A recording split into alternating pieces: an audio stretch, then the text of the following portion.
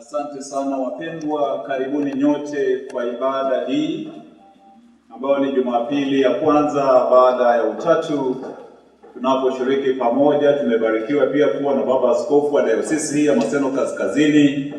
Tukaribisha wale watazamaji wetu, wale ambao wanatufuatilia katika YouTube na kwingineko kote, karibuni kwa ibada hii tunaposherehekea Jumapili ya kwanza wakati wa Utatu. Katika vitabu vyetu vya sala, Bwana Yesu akae nanyi. Akae nanyi. Tumekusanyika hapa kwa nguvu za Roho Mtakatifu Tulisifu jina takatifu la Bwana wetu Yesu Kristo na kusikia neno lake. Tumekuja tushirikiane habari njema za utukufu na neema zake, pia kuombea mahitaji yetu na ya wanaoteseka kote duniani. Kadhalika tufurahi katika pendo na tumaini yake. Tuwaridhi wa baraka za Mungu, waridhi pamoja na Mwana wa Mungu. Tunafanywa upya kwa njia ya Roho wa Mungu, sote tu pamoja katika Kristo. Yeye amejaa neema na huruma, hakasiriki upesi, ni mwingi wa fadhili, daima yu tayari kuacha kuadhibu. Uitafute furaha yako kwa Mwenyezi Mungu, naye atakujalia unayo amani moyoni. E Mungu, wewe Mungu wangu, nami nakutafuta kwa moyo wangu. Roho yangu inakutamani kama mtu mwenye kiu. Ukurasa wa 6. Tukisema kwamba hatuna dhambi, twajidanganya wenyewe na ukweli haumo ndani yetu. Lakini tukiziungama dhambi zetu kwa toba na tumaini, Mungu ni mwaminifu na wa haki, naye atatusamehe dhambi zetu na kutakasa uovu wote. Kwa hivyo na tuungane mbele za Baba yetu wa mbinguni. Twende chini tuweze kuungana pamoja katika ungamo hilo. Article number 3, ukurasa wa 6. Pamoja.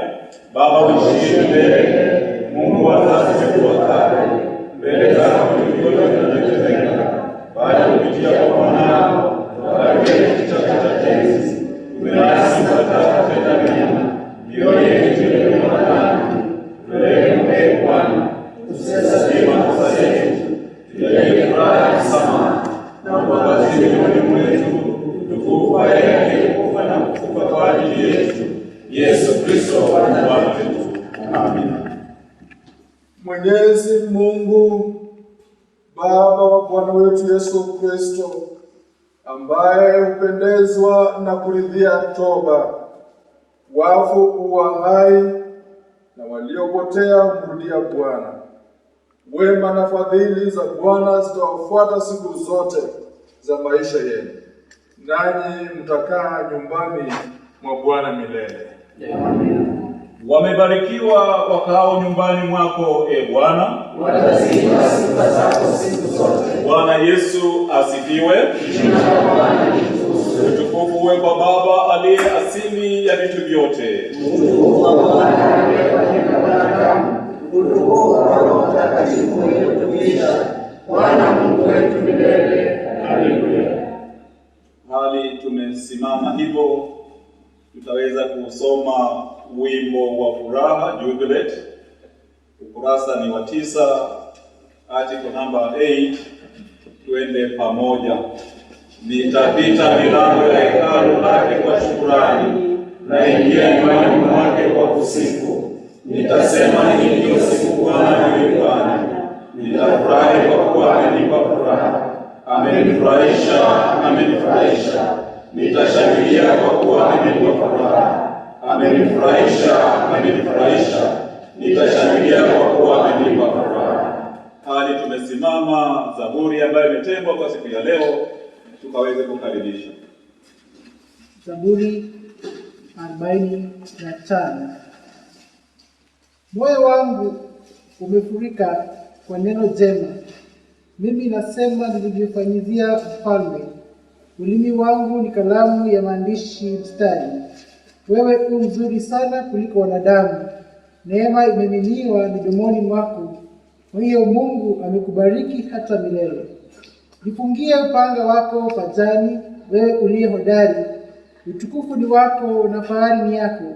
Katika fahari yako ustawi uendelee, kwa ajili ya kweli na upole na haki, na mkono wako wa kuume utafundishwa mambo ya kutisha. Mishale yako ni mikali, watu huanguka chini yako. Imo mioyoni mwa adui za mfalme. Kiti chako cha enzi, Mungu, ni cha milele na milele. Fimbo ya ufalme wako ni fimbo ya adili. Umeipenda haki, umeichukia dhuluma. Kwa hiyo Mungu wako amekupaka mafuta ya furaha kuliko wenzako. Mavazi yako yote hunukia manemane na udi na mdalasini. Katika majumba ya pembe vinubi vimefurahisha.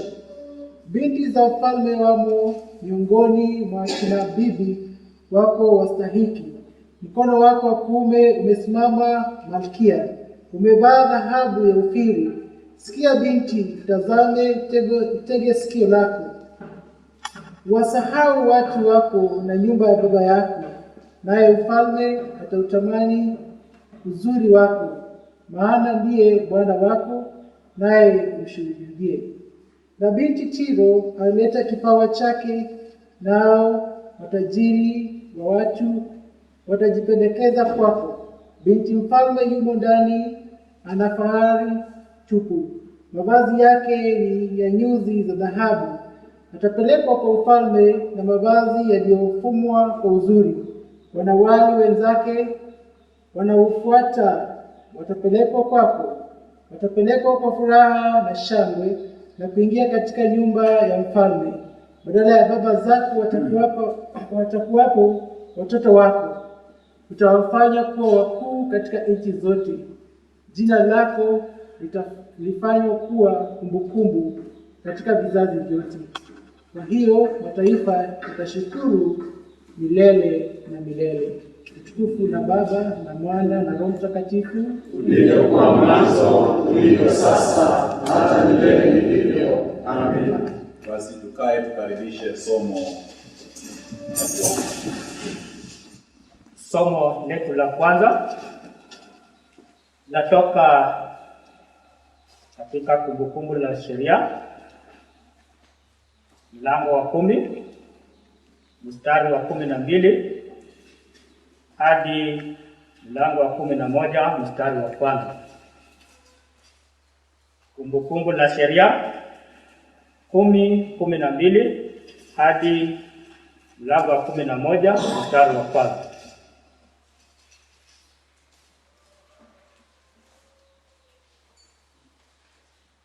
Sasa enyi Waisraeli, Mwenyezi Mungu wenu anataka nini kwenu ila kumcha Mwenyezi Mungu wenu, kuzifuata njia zake zote, kumpenda, kumtumikia Mwenyezi Mungu wenu kwa mioyo yenu yote na kwa roho zenu zote, na kuzitii amri na masharti ya Mwenyezi Mungu ninayowawekea leo kwa manufaa yenu wenyewe. Tazama, mbingu hata mbingu za mbingu ni mali yake Mwenyezi Mungu wenu. Dunia na vyote vilivyomo ni mali yake. Tena Mwenyezi Mungu aliwapenda babu zenu kwa dhati, akawachagua nyinyi wazao wao kuwa watu wake badala ya watu wengine wote, kama ilivyo hivi leo.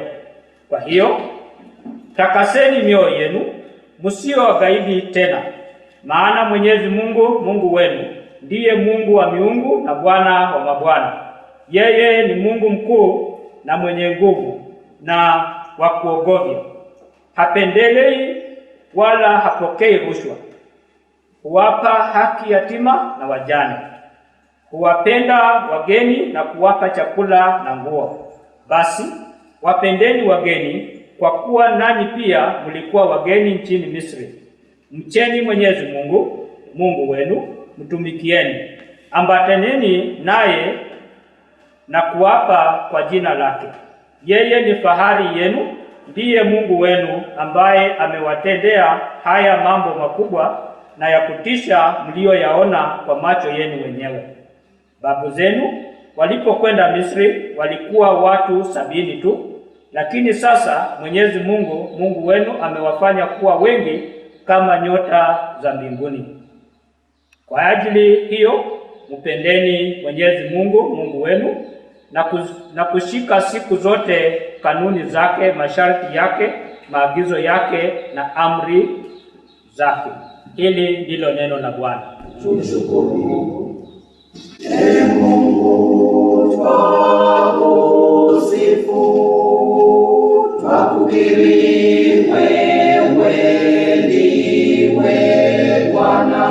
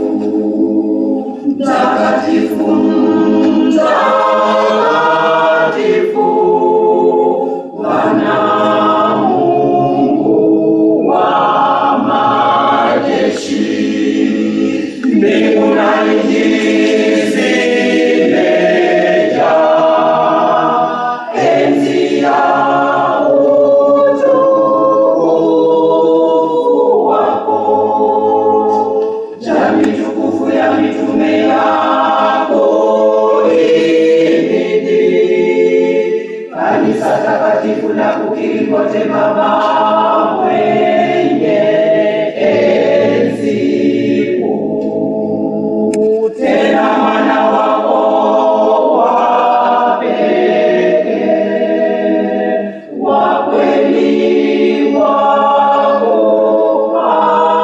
abudiwa na Roho Mtakatifu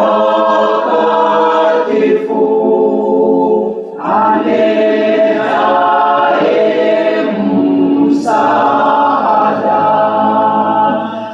Kristo ndiwe mfalme wa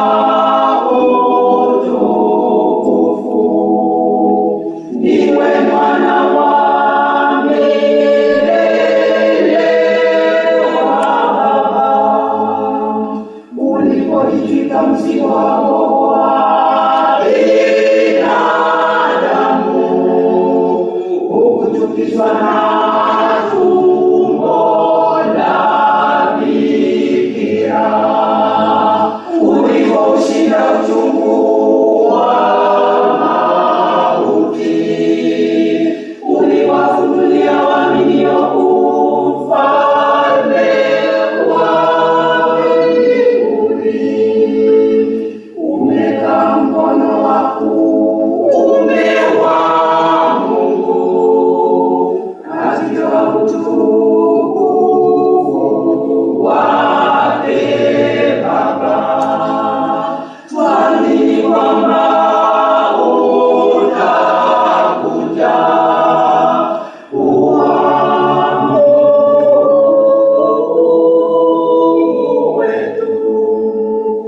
Kwa hiyo twakuomba uwasaidie watumishi wako uliokomboa kwa damu yako ya thamani, wahesabiwe pamoja na watakatifu wako katika utukufu wa milele.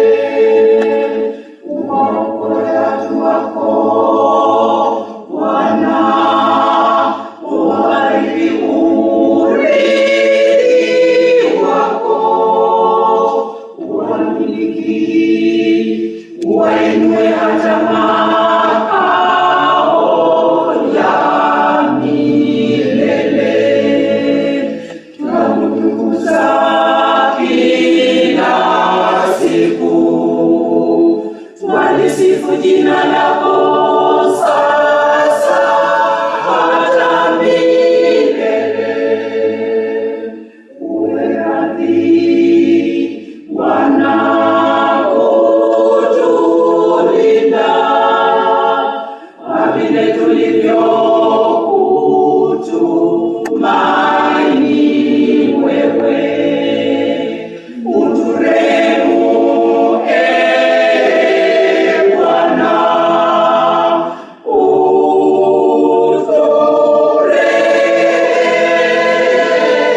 uturehemu. Utuonee huruma Bwana, kwa vile tulivyokutumaini wewe. Nimekutumaini wewe Bwana, nisiaibike milele. Isomo lyaffe erya kabiri lirula mu kitabu ky'ebikole omulyango 23 ku kyaka 12 okuula ku 35. Acts chapter 23 verse 12 to 35. Obukhobani okwera Pawulo.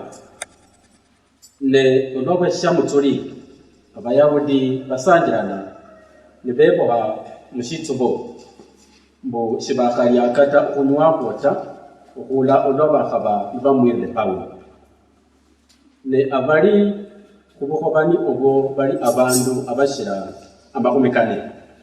nibetsa wabakhulundu babakuhani nende abakofu nibasunga bari ifwe khuyiboyele mushitsubo ishikhongo mbu khulekonyelakwo khulakonyerera khushindu shosi ta okhula olwakhuba nikhumwira Paulo khulwako inywe malala nende abeshina mumubolele omusesya omukhulundu mbu amukholomosye ewamwe shinga abena khunonelesya amakhuwa ke mbumana mukhalaje eshina nefu khwikasiye okhumwira nashilikata okhula ahamita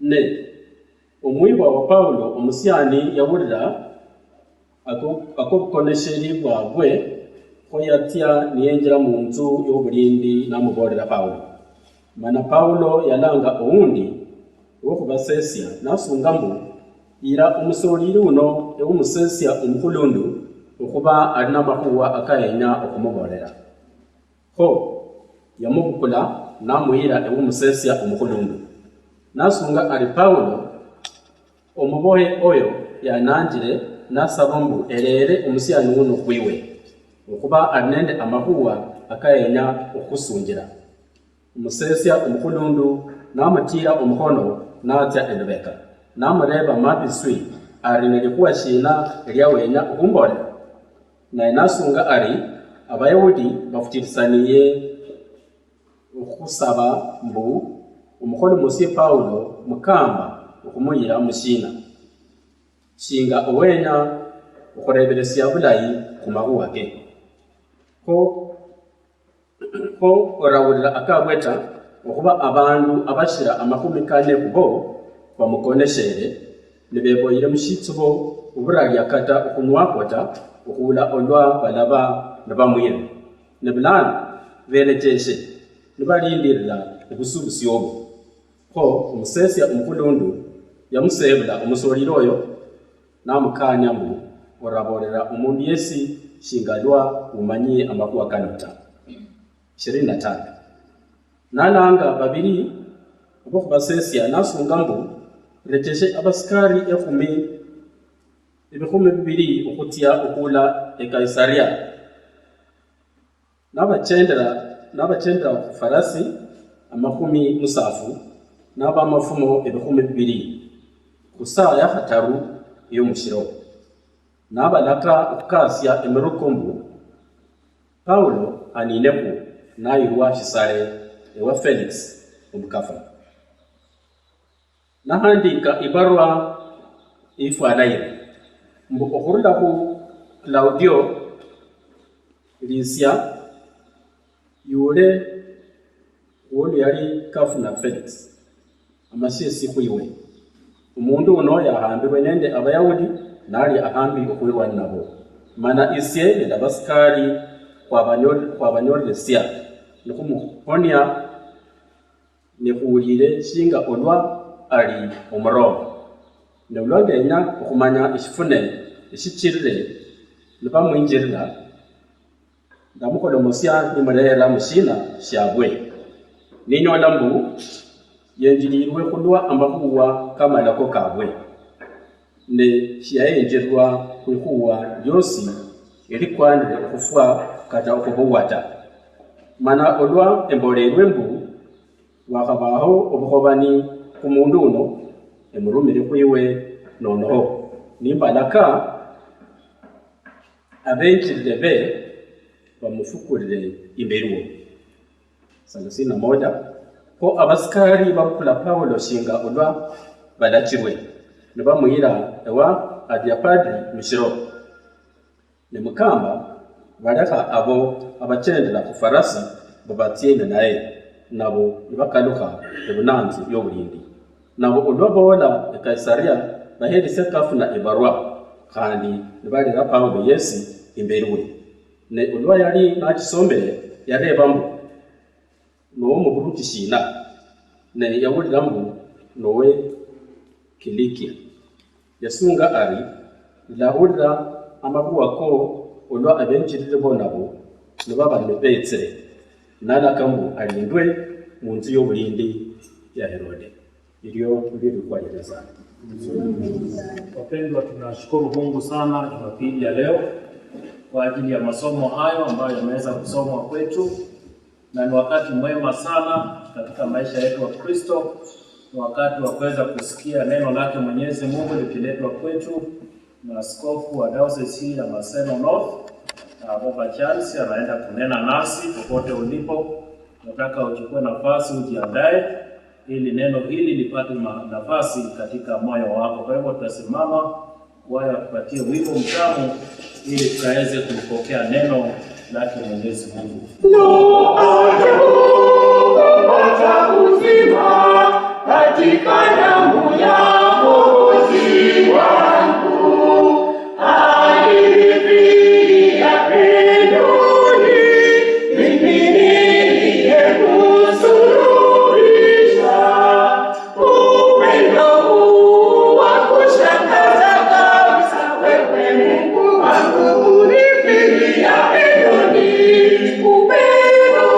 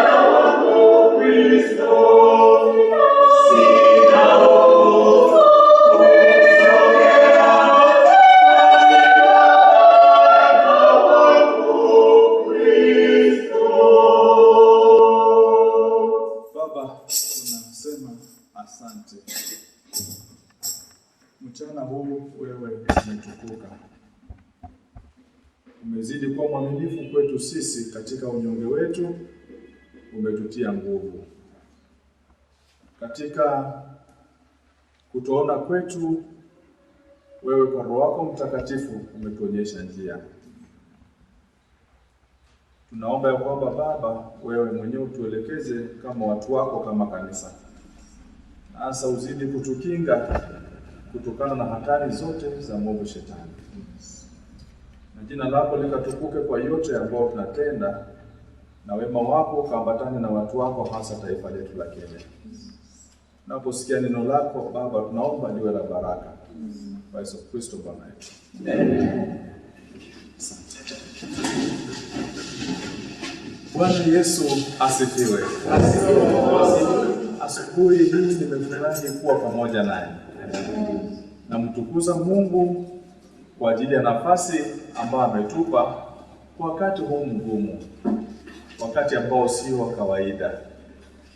Lakini hata katika wakati huu ambao sio wa kawaida, Mungu amebaki kuwa mwaminifu, amezidi kutulinda, amezidi kutubariki, amezidi kutuinua.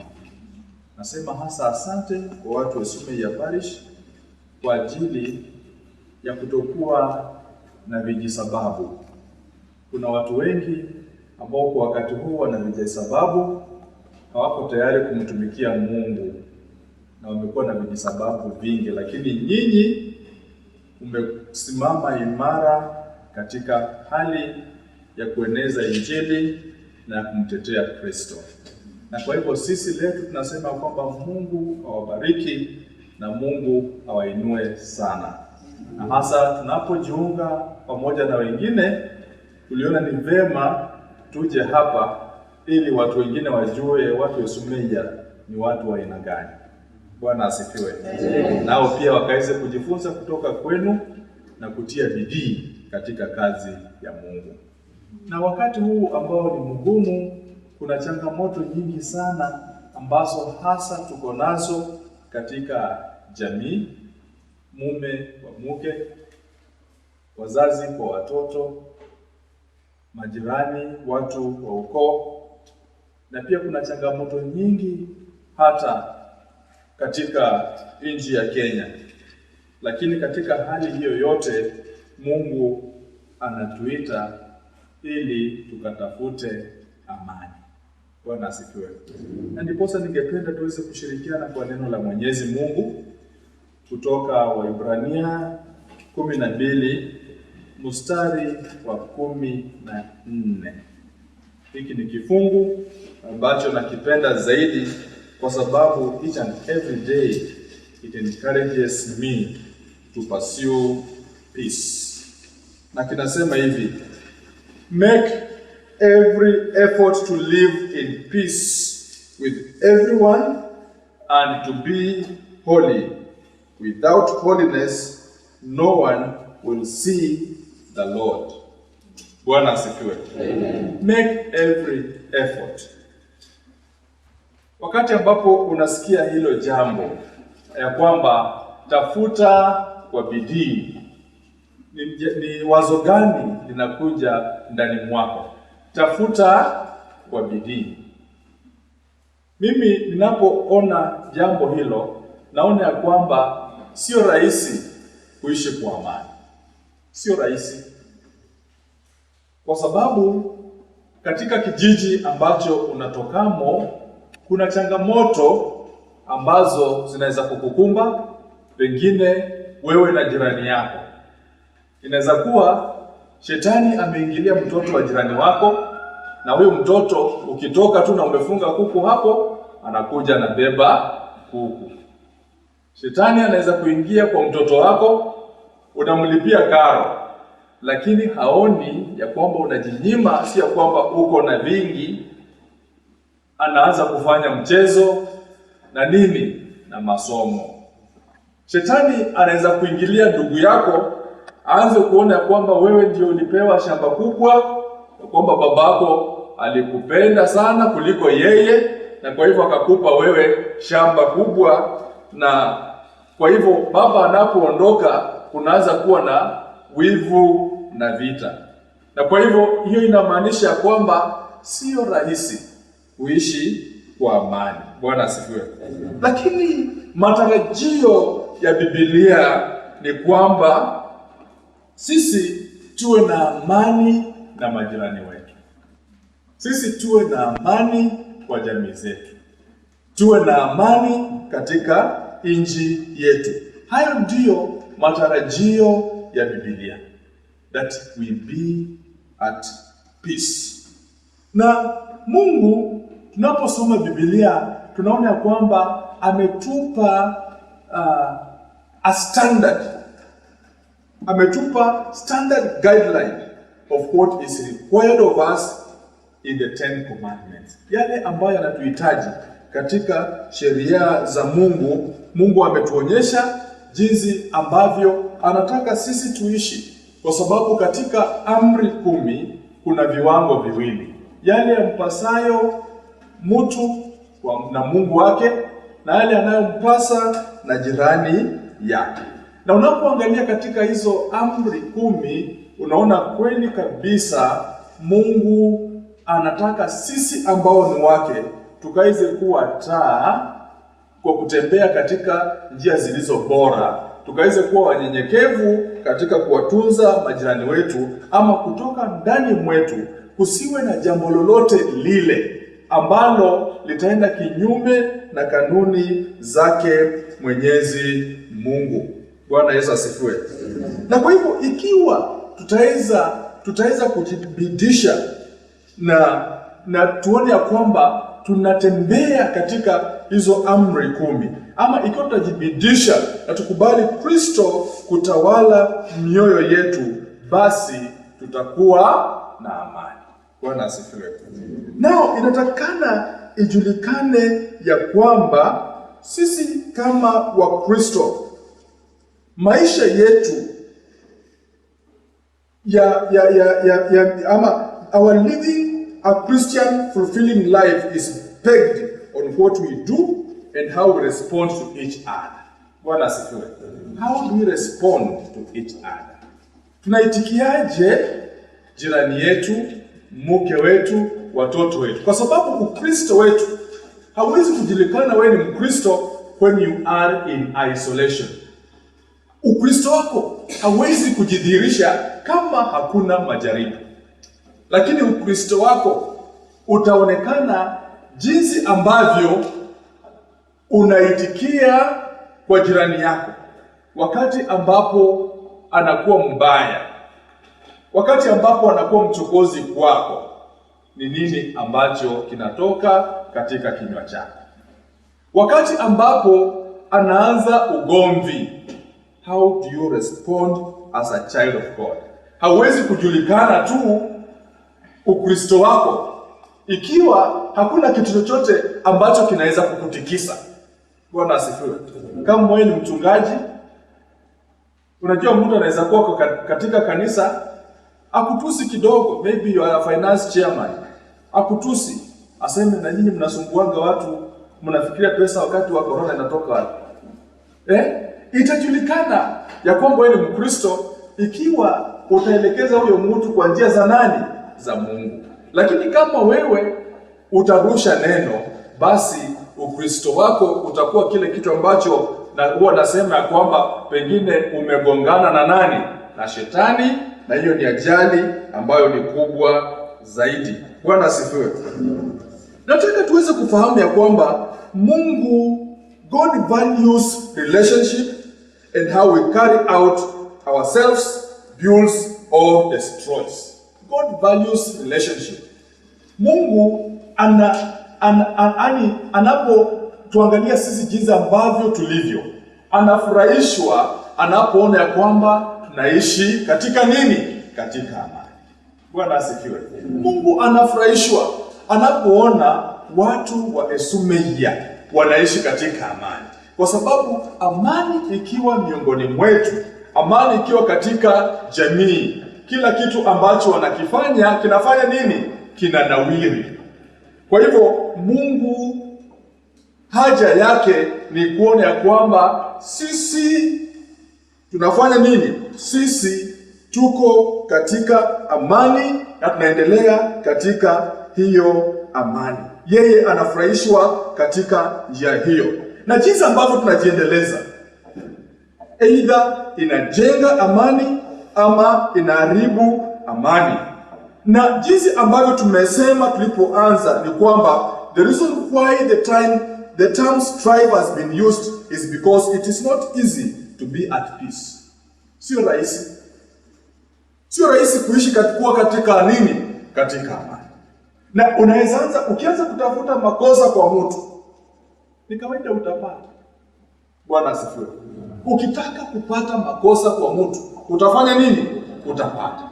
Na kwa hivyo ndio inafanya tunasema kwamba sio rahisi kuishi katika amani. That's why jambo striving ama kujibidisha inatumika.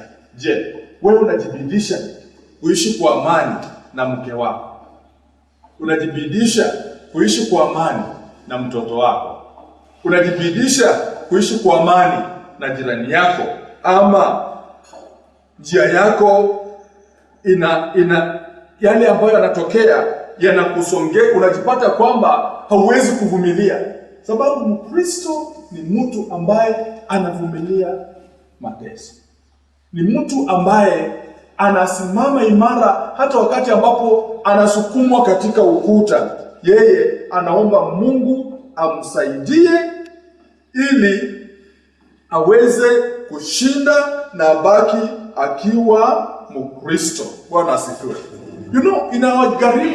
Inawachukua watu wawili kukuwa na vita.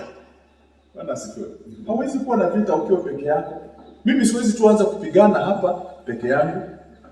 Inatugharimu mimi na mke wangu kufanya nini? Kwanza kupigana. So avoid becoming a party to a quarrel.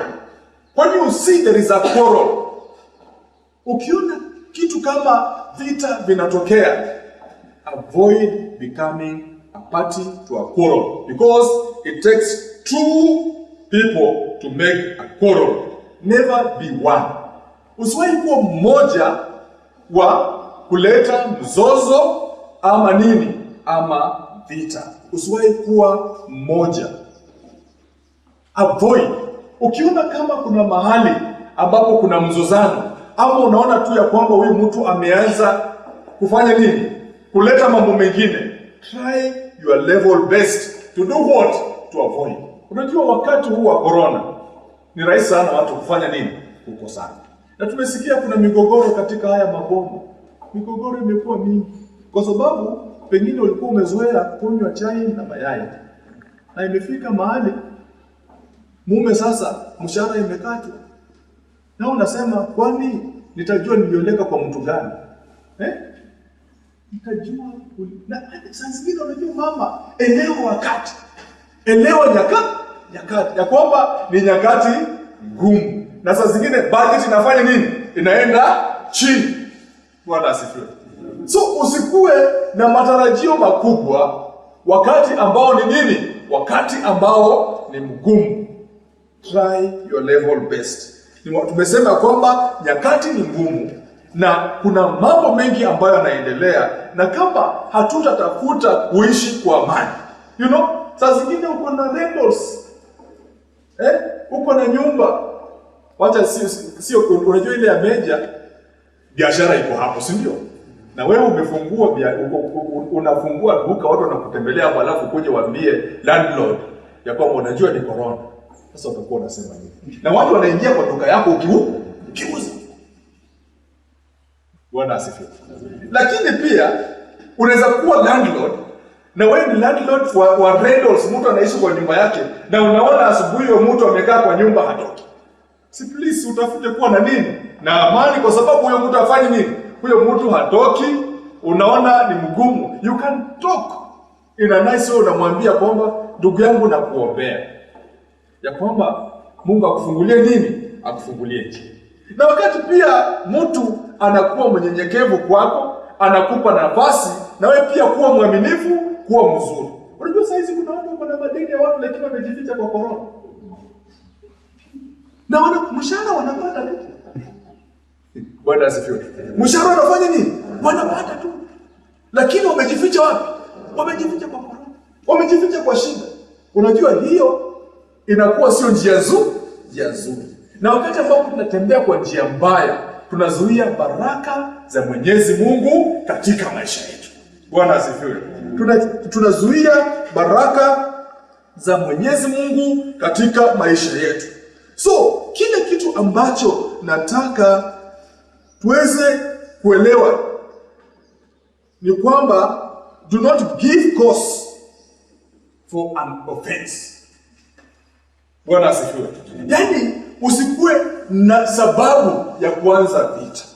Bwana Yesu asifiwe. Usikuwe na sababu. Na ni vizuri that we must ensure that we spare no effort towards achieving this important aspect of our daily walk with Christ. Yaani nguvu zetu zote tuzitumie kuona kwamba hiki kitu, kwa sababu Kristo ni mfalme wa amani. Na sisi ni Wakristo. Tukiwa Wakristo inamaanisha tu wafuasi wa nani? Tu wafuasi wa Kristo. Na kama tu wafuasi wa Kristo, tumekubali kutembea katika mafunzo yake, tumekubali kubadilishwa kwa Roho wake Mtakatifu. Unajua hii amani ambayo tunaiongelea ni kwamba unapoangalia katika utatu, unaona jinsi ambavyo uungu unashiriki pamoja. Ya kwamba katika utatu hakuna mzozano. Bwana asifiwe. Hakuna mzozano. Hakuna mabishano. Unaona Mungu anaamua na anamwachilia mwanake kufanya lile jambo ambalo ni gumu. Kama wewe unaweza ambiwa kwamba uache utukufu. Chukua mfano, yani mzazi wako akwambie, unajua sasa wewe, mimi naona hata mzazi akona shamba kubwa, lakini anasema kwamba anakutuma katika hali ambayo maybe wacha tulinganishe na Mandera.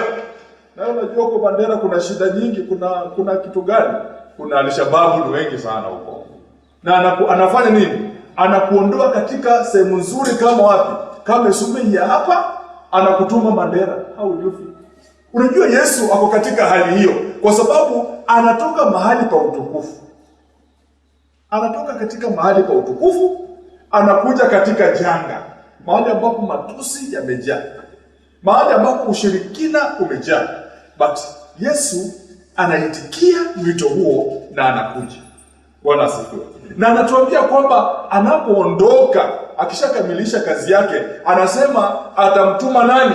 Atamtuma msaidizi. Na kweli Roho anafanya nini? Roho anakuja. And you see, you look at how the Godhead is working out and you admire. In fact, God gives us a picture on how we should work as the people of God. Bwana asifiwe.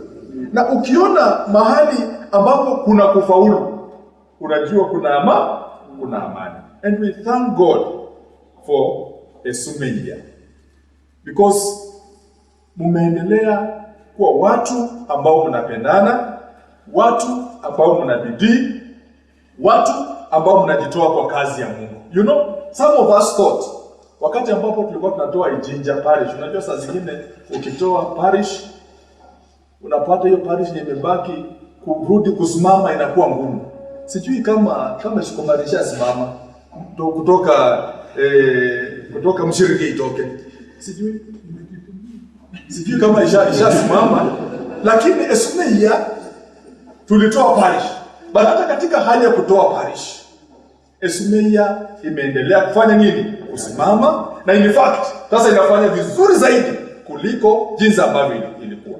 Na hiyo inaonyesha ya kwamba muko na amani moja kwa mwingine, ya kwamba katika kusemezana kwa viongozi wanasemezana kwa upole na kwa unyenyekevu.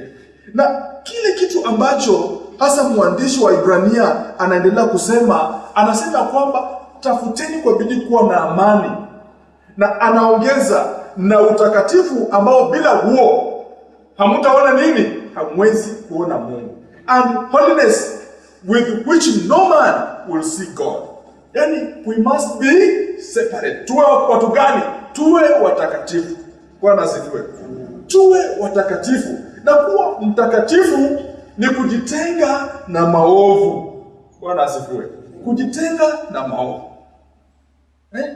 Yaani chuki isikuwe ndani mwetu, uzushi usikuwe ndani mwetu, vita visikuwe ndani mwetu. Kitu chochote ambacho ni kibaya kisipatikane ndani mwetu, kwa sababu kitu kibaya kinapokuwa ndani mwetu kinazuia utukufu wa Mungu, kinazuia baraka za nani? Baraka za Mungu. Na watu tumezuia baraka za Mungu kwa kufanya nini? Kwa kujipata saa zingine tunajichanganya kwa mambo ambayo hayafai. Kuna wimbo ambao tunasema changanya, Yesu afanye nini? Yesu hapendi changanya. Na wakati ambapo tunachanganya, inafanya tunapoteza baraka za Mungu. Ikiwa tunataka Mungu anene nasi, ikiwa tunataka kumfahamu Mungu jinsi ambavyo alivyo, ikiwa tunataka Mungu afungue kinywa chake kunena nasi, lazima tuwe watakatifu. Huyu Mungu anapomuita Musa, anamwambia mafiche yake baada ya Musa kutoa viatu vyake. Yes, Musa anaona kichaka kinawaka. Bwana asifiwe. Musa anaona kichaka kinawaka. Lakini katika kichaka hicho kuwaka, Mungu anatoa tu sauti, hebu ondoa, ufanye nini? Ondoa viatu, sababu mahali ambapo umesimama ni patakatifu. Ni baada ya Musa kufanya kile ambacho Mungu amemwambia kuondoa viatu, ndiye anasikia Mungu anamwambia moyo wake, yale ambayo katika moyo wake. Ndio Mungu sasa anafunguka kumwambia kwamba nimesikia na kuona shida za watu wangu. Wapi? Watu wangu ambao wako Misri.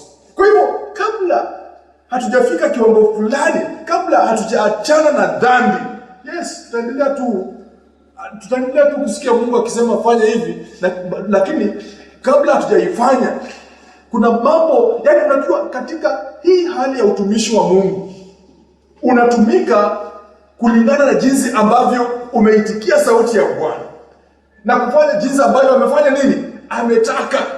Wakati ambapo anasema wacha hii, unawacha, unakuwa katika utukufu wake, unakuwa katika utumishi wake. Sasa hivi unaweza kuwa bado unatumika kwa kiwango cha chini, lakini ukifanya kitu fulani, ukiacha dhambi, utapata kwamba sasa unaongezeka.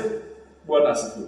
Na mahali ambapo pana roho wa Mungu, kazi ya Mungu sio mzigo.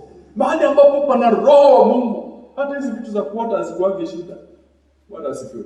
Lakini ukiona mahali ambapo kuna shida, unajua roho wa Mungu yuko hapo mahali. Alitoka kitambo. Bwana asifiwe.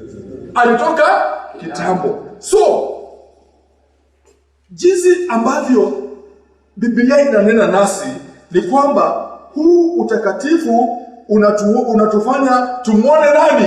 Tumuone Mungu. Je, wewe unataka kumuona Mungu? Tembea katika utakatifu. Habakuk mlango wa kwanza mstari wa 13 inatuambia kwamba your eyes are too pure to look on evil. You cannot tolerate wrong. Bwana asifiwe. Yaani macho ya Mungu ni matakatifu kuangalia kwa dhambi, na yeye hawezi kukubali dhambi mahali ambapo yeye yuko. Kwa hivyo sisi kama watoto wa Mungu, tukitaka tutembee na kutumika katika nyumba ya Mungu, wacha tuchukie dhambi. Mungu anachukia dhambi, na sisi watoto wake tufanye nini?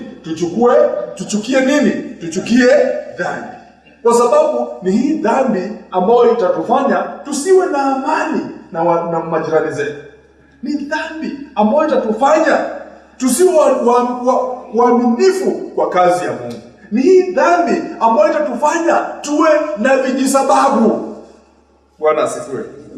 You see, ukisoma Genesis, kitabu cha Mwanzo mlango wa 39 mstari wa 9, Joseph anasema kitu hiki wakati ambapo mke wa Potifa anataka kumwangusha.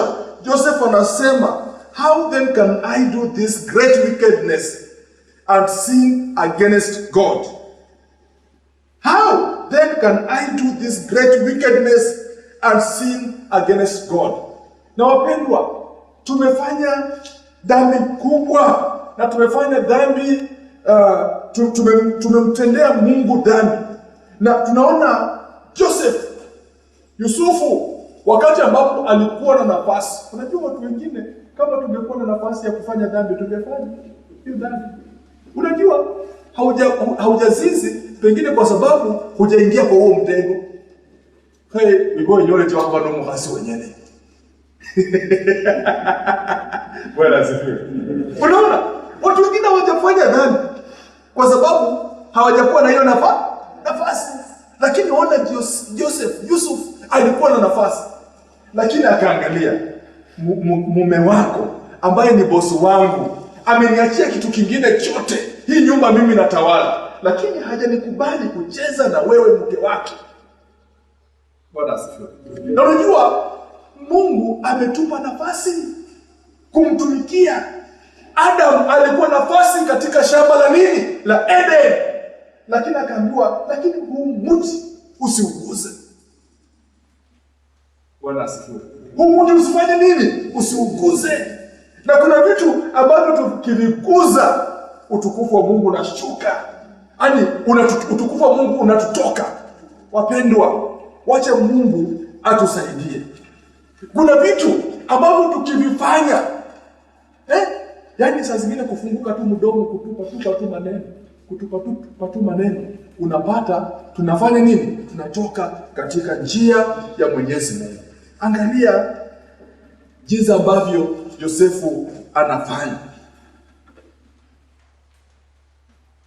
Anajitenga na dhambi. Wapendwa, wacha tujitenge na dhambi. Na tunapojitenga na dhambi, tunapokuwa watakatifu, we shall see a different church. Tutaona kanisa ambalo linavutia. Kanisa ambalo linavutia. Kanisa ambalo hata kama tumesema kwamba imesemekana kwamba kwa sababu ya corona watu hawaendi kanisani, lakini tutapata tukiwa watu ambao mahali popote ambapo tuko tunakuwa katika neno. We are reading the word of God, we are praying for the nation, we are praying for our church, we are praying for our leaders. Bwana asifiwe.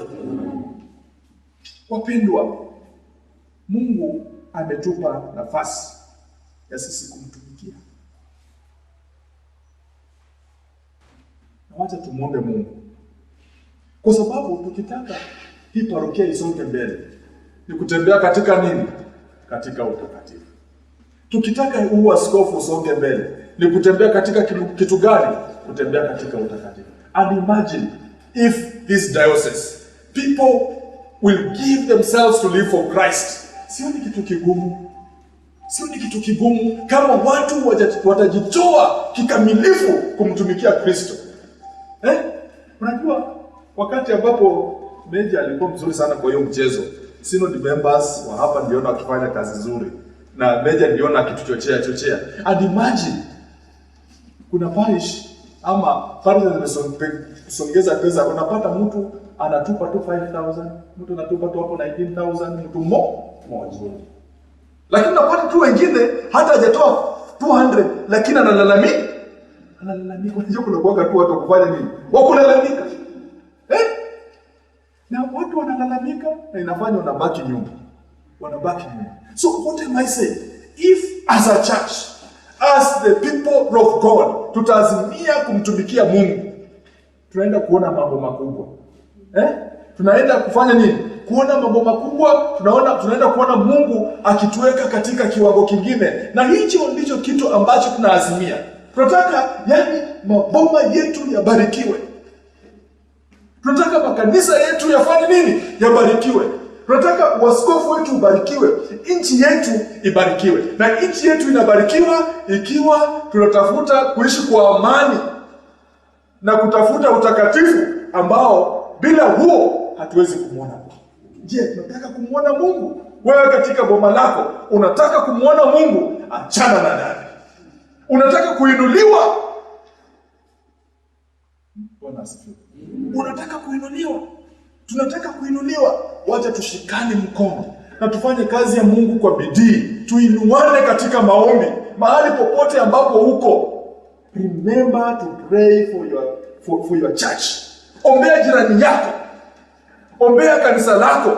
Sema Mungu atuendaje huko? Lakini wewe uko na mkono. Unajua Biblia inatuambia, I think ni Isaiah 59, mkono wako si mfupi ukakosa kufanya nini? Kuponya. So mahali popote ambapo uko, ambia Mungu, hata kama hatuingii kanisani, lakini mkono wako si mfupi ukose kumfikia nani? Kumfikia fulani ambaye nimesikia ako mgonjwa. Na Mungu atasikia maombi, atatenda mambo makubwa, mradi tutembee katika utakatifu wa Mungu, na ndani mwetu tusikuwe na chuki, tusikuwe na wivu, ndani mwetu tufikirie mazuri kwa watu wengine. Hiyo itatufanya tutakuwa zaidi ya washindi. Wapendwa, Mungu awabariki sana, awainue na akutane na mahitaji yenu. Mungu ainue Maseno North, Mungu ainue nchi ya Kenya. Baba, asante kwa kuwa wewe ni mwema. Tunakupenda na tunanyenyekea miguuni pako. Sisi ambao sio wema, wewe umetukubali jinsi ambavyo tulivyo. Umetubadilisha kwa Roho yako Mtakatifu na umetuinua katika utumishi. Umetenda mambo makubwa miongoni mwetu hata wakati huu mgumu. Tuomba baraka zako, tuomba utukufu wako, tuomba wema wako kwa watu wako mahali popote ambapo wako. Wale ambao ni wagonjwa, tunaomba ya kwamba mkono wako wa rehema ukaweze kuwaguza. Wale ambao wamelemewa na mambo tofauti tofauti, Jehova Bwana, wewe ukawainue na ukawatende mema. Baba, shukia kila mmoja wetu mahali popote alipo, ili tukafurahie wokovu wako na tukafurahie neema yako. Kwani tumeomba katika jina la Yesu Kristo aliye Bwana na mwombezi wetu.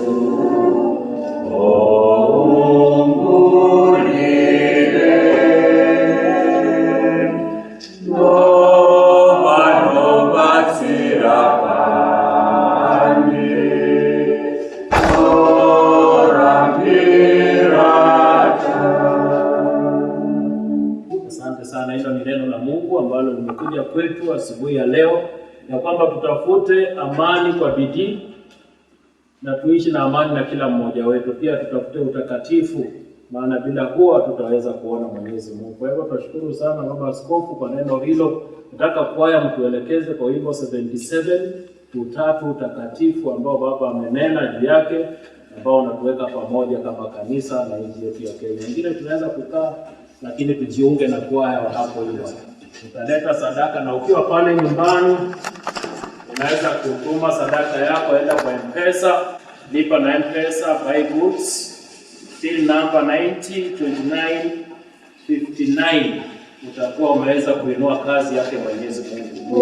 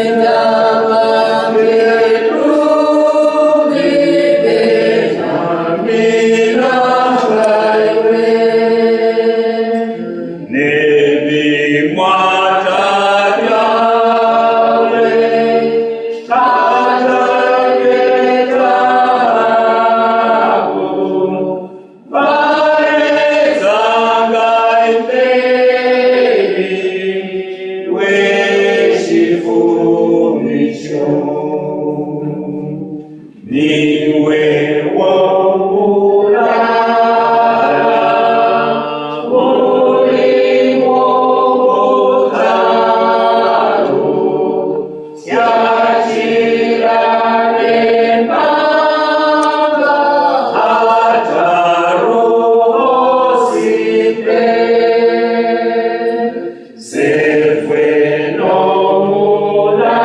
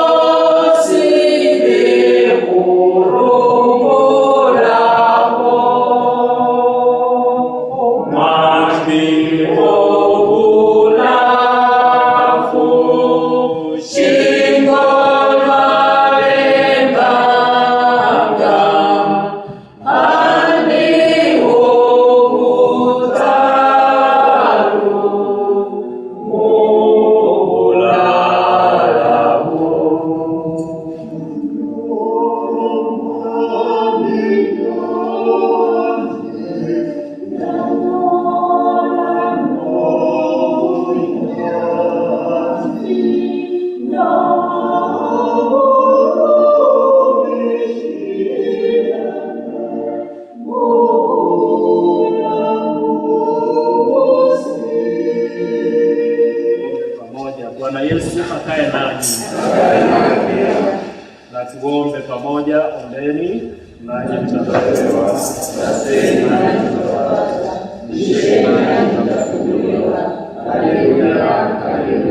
Kwa ujasiri tuombe kama alivyotufundisha Mwokozi wetu. Baba yetu uliye mbinguni, jina lako litukuzwe, ufalme wako uje, utakalo duniani kama mbinguni.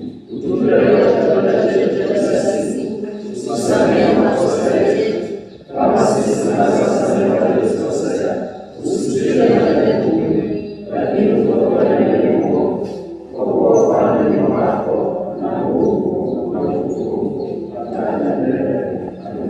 Ee Bwana, utuonyeshe rehema zako. Utupe wokovu wako. Ee Bwana, umuongoze rais wetu. Umpe hekima na haki yako. Wahudumu wako wakufunikie kwa uaminifu. Na wateule wako kwa furaha. Katika bonde la giza kuu, gongo lako na fimbo yako vyatulinda. kama miti iliyo kando kando ya maji.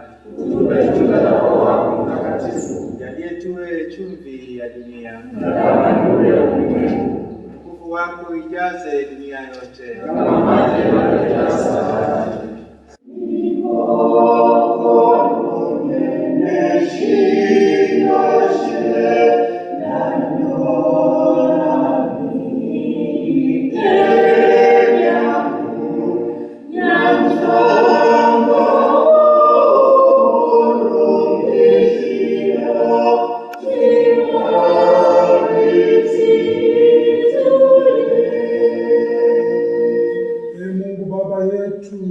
ambaye mwana wako Mwokozi wetu aliponya na kuwaidia wengi uzima kamili. Tunakuomba kwamba uelekeze huruma zako kwa watu wengi leo ambao ni wagonjwa, ukiwaguza kwa mkono wako na kuwaponya kutokana na maradhi yao na shida zao zote. Kwa Yesu Kristo aliye tabibu mkuu.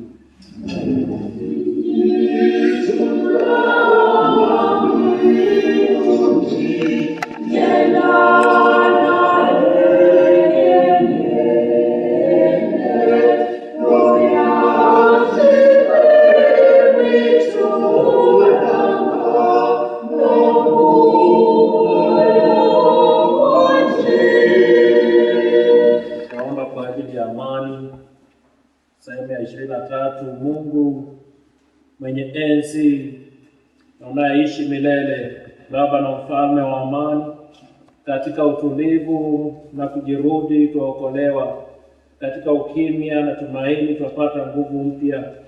Utupe baraka za kutaka kuwa na maridhiano na amani sisi kwa sisi na hata majirani zetu, na furaha ya kutafuta haki.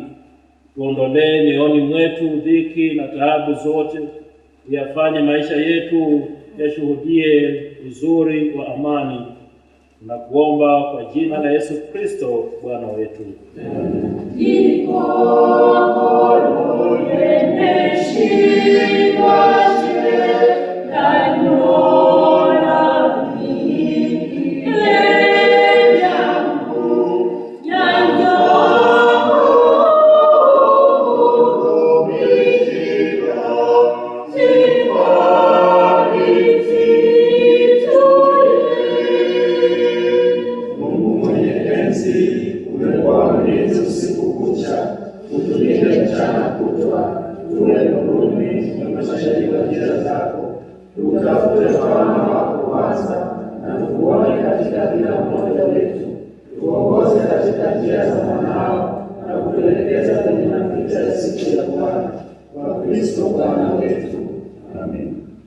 Tutaomba kwa ajili ya taifa letu. Mungu mwenye enzi, umetawala mataifa yote na kuamrisha kama utakavyo, na kuomba umbariki na kumwongoza rais wetu Uhuru Muigai Kenyatta, naibu wake William Samoei Ruto na viongozi wote wa taifa letu, ili siku zote watumie mamlaka uliowakabidhi kwa ajili ya kuleta amani duniani kwa faida, heshima na ustawi wa taifa letu na kwa wema kanisa lako takatifu. Tuomba haya kwa Yesu Kristo Bwana wetu. Tutaomba kwa ajili ya kanisa na wahudumu. Mungu mwenye enzi uishie milele, ambaye kwako pekee zote zatoka, wape roho za neema na uzima maaskofu wetu, hasa askofu wetu mkuu Daktari Eliud Wabukala, askofu wetu Charles, na makasisi na mashemasi na watu wote waliokabidhiwa. Waaminie baraka zako kama umande, ili wakupendeze kwa kweli. Tujalie hayo Bwana, kwa ajili ya heshima ya mwombezi na mpatanishi wetu Yesu Kristo Bwana wetu. Tutaomba kwa ajili ya utulivu wa wetu. Ukurasa ni 634 aya sehemu ya 4, 634 sehemu ya 4, tutaambiwa na Flora kwetu. Katika hiyo sala ya kanisa ya Mungu mwenye enzi uishie milele, ambaye kwako pekee nguvu zote zatoka, wape roho ya neema na uzima maaskofu wetu wote. Kumbuka askofu mkuu Daktari Ole Sapit, maaskofu wetu wote, askofu Charles wa Maseno Kaskazini na makasisi, mashemasi na watu wote walioridhiwa. Uamiminie baraka zako kama umande, ili wakupendeze kwa kweli.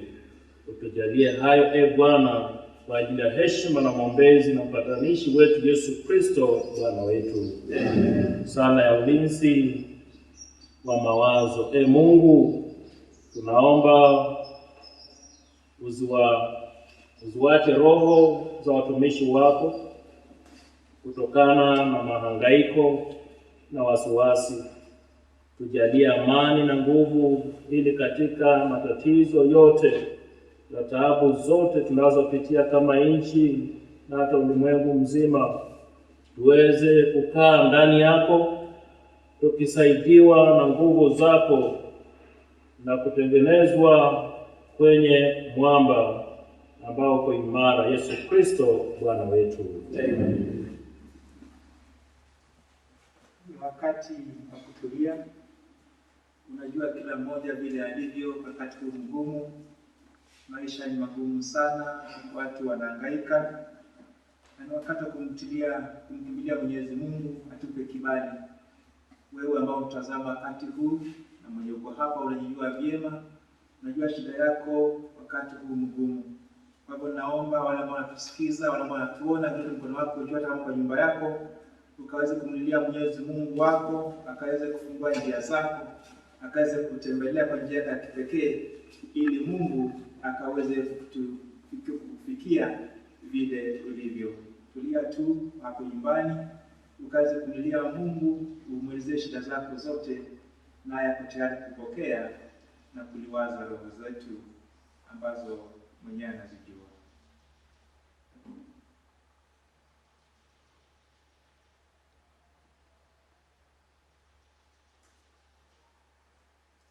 Kimya chako hakiziudhiki, uwepo wako ni furaha isiyo ya kifani. Watu wanapotafakari, utawainua mbele zako na kuomba wapokee. Wape uzima wakati wa ugonjwa, wape uhai wakati wa mauti, wape nguvu wakati wa unyonge, wape mwanga wakati wa giza. Kwa miujiza yako unajitwika upungufu wao na uwashirikisha amani yako milele na hata milele. Amen. Tutajiunga sehemu ya 29, tuseme pamoja. Mungu mwenye enzi,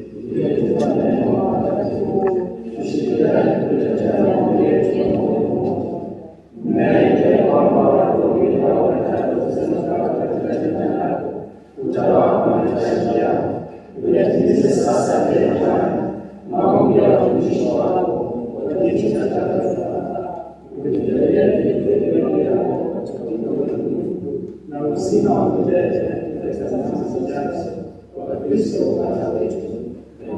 Asante, tumefika mwisho wa ibada hii ambao tumekuletea moja kwa moja kutoka parokia ya Isumeia.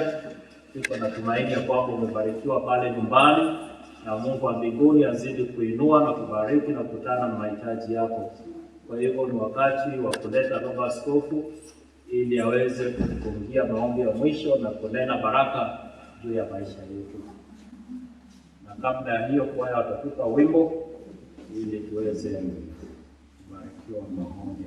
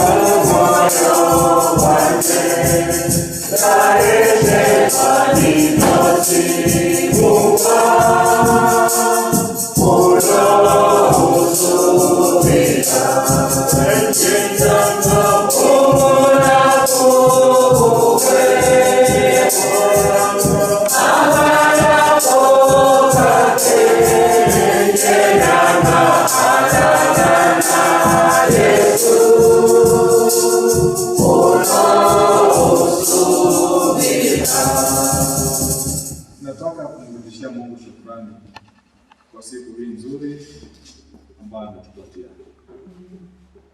2 or 3 weeks ago tulikuwa na mjadala kwa wall ya synod members.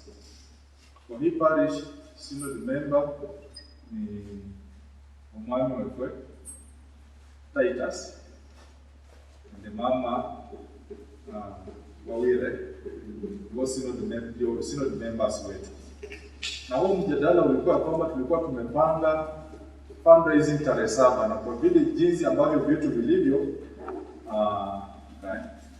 jinsi ambavyo vitu viko, wakaona tufanye kitu ili hiyo siku isiende bure, kwa sababu ni siku ambayo tumetenga kwa diocese ya kushukuru Mungu na kuona kwamba kazi ambayo tunataka kuanza ya Archbishop Festo Lang Conference Center iweze kuendelea. Sio kazi ndogo, ni kazi kubwa sana ambayo inatuhitaji 300 million around there. Na hawa watumishi wa Mungu ambao ni synod members nataka kuwashukuru sana mahali popote walipo, kwa sababu katika kusemezana kwao wenyewe walikuja up with targets na wakaanza kufanya kazi. Nataka kushukuru ndugu David kwa sababu alikuwa anatutia moyo sana katika hiyo group na tukafika mahali ambapo tumefika, kwa sababu kwa hizo siku, I think inaweza kuwa siku 4, tulikuwa tumechanga around 1 million kwa siku 4 tu peke yake, ambayo inamaanisha tuko na synod members ambao ni wazuri, ambao wana bidii. Na nishukuru sana synod members wa hapa mahali, kwa sababu pamoja na mchungaji wao na nyinyi mumetuvuta sana, mumetuvuta zaidi. Kulikuwa na parish ambayo inaitwa St. John's Lurambi, wakafikiria kwamba hao hawawezi, lakini wakasimamia kwa njia wakasimamia kwa njia. So tunataka kuwashukuru sana na kuomba ya kwamba kwa Kristo wetu mahali popote ambapo wako, hii ni kazi ambayo inatuhitaji tutembee nayo. Ni kazi ambayo tunaweza tukimaanisha tunaweza kuikamilisha within 5 years, tutakuwa tumeikamilisha. Na sio tu hiyo peke yake kazi ambayo tunataka kufanya, lakini tunataka kubadilisha uaskofu wa Maseno North. Imagine kama tungekuwa tumefanya maendeleo tofauti wakati wa corona, haingekuwa na shida. Tungekuwa katika hali ambayo tunaweza kusupport Wakristo wetu ambao hawajiwezi. Lakini kwa sababu hatuna kitu saizi, saa zingine tunaangalia kama wajinga, lakini hatutaki kuendelea kuangalia kama wajinga. Wacha tunataka naomba Mungu atupe wakina Joseph ambao Mungu waliweza kutafsiri ndoto ambayo Farao alikuwa nayo. Tupate watu kama wakina Joseph kwa huo askofu, ambao watasema kwa miaka 5 wacha tutafute fedha, tujenge, tufanye nini, ili kama kunaweza kuwa na janga tuweze kufanya nini, tuweze kupatikana kama tuko kwa njia nzuri. So katika hali hiyo tuko na mmoja wetu ambaye he has gone out of his own way kutupatia trophy ili tupee the best parish katika waskofu huu, na huyo ambaye ametupa hiyo trophy ni ndugu David Meja.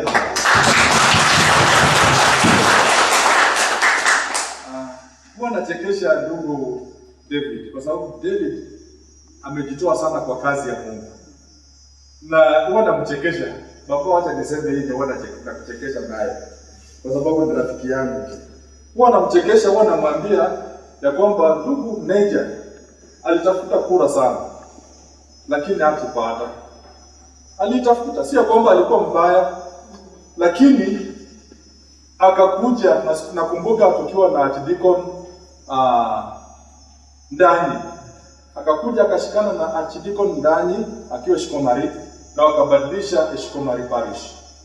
Shikomari parish ikakuwa pale, na vile walipeana another parish ambayo inaitwa Mshiriria, pamoja na Wakristo wa Mshiriria walishikana sana. Na wanamchekesha na mwambia vile alianza kuinvest kwa mambo ya Mungu, na Mungu naye akafanya, akasema hata kama wewe haukupata nitapea mtoto.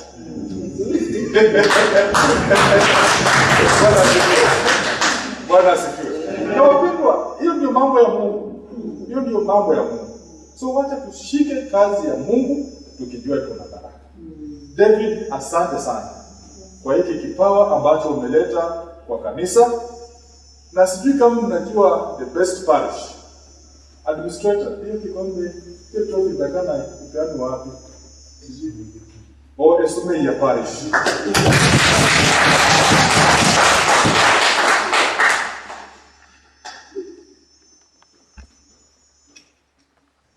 Before tupeane, wacha tushukuru Mungu. Baba wetu Mungu uishie milele. Hiki ni kipawa ambacho ndugu yetu David ameleta kwa kanisa lako. Haya ni maono ambayo wewe mwenyewe ulimpa. Si ya kwamba ana mali nyingi, lakini amejinyima ili kuona ya kwamba tunazidi kuchochea karama ambazo Mungu ameweka katika parokia zetu, na tunakiweka wakfu kwa ajili ya utukufu wake, na hata yeye pia akaweza kubarikiwa na jamii yake. Uzidi kuwakuza hatua moja baada ya nyingine. Ubariki watoto wake, ubariki wajukuu wake. Jina lako litukuzwe kwa Yesu Kristo Bwana. So nataka kupeana kwa hiyo parish ambayo imesema, sijui wenye hiyo parish wakiwa hapo hapa, synod members na mchungaji wakuje wapokee. Asante Yesu Baba, wewe ni mwema. Asante Yesu Baba, wewe ni mwema. Asante Yesu Baba, wewe ni mwema.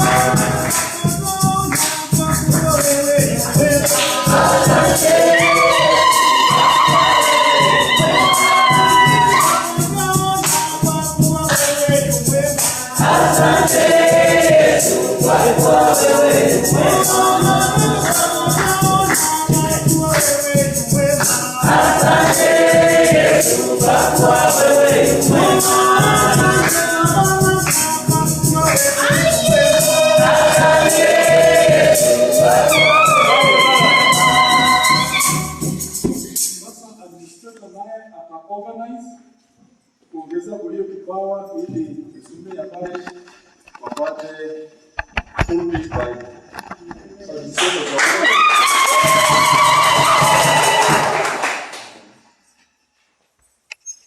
Mwenyezi Mungu na Baba Bwana wetu Yesu Kristo awajaze nyinyi nyote furaha na amani mnapoamini kwamba kwa nguvu za Roho Mtakatifu mnaweza kujawa na tumaini.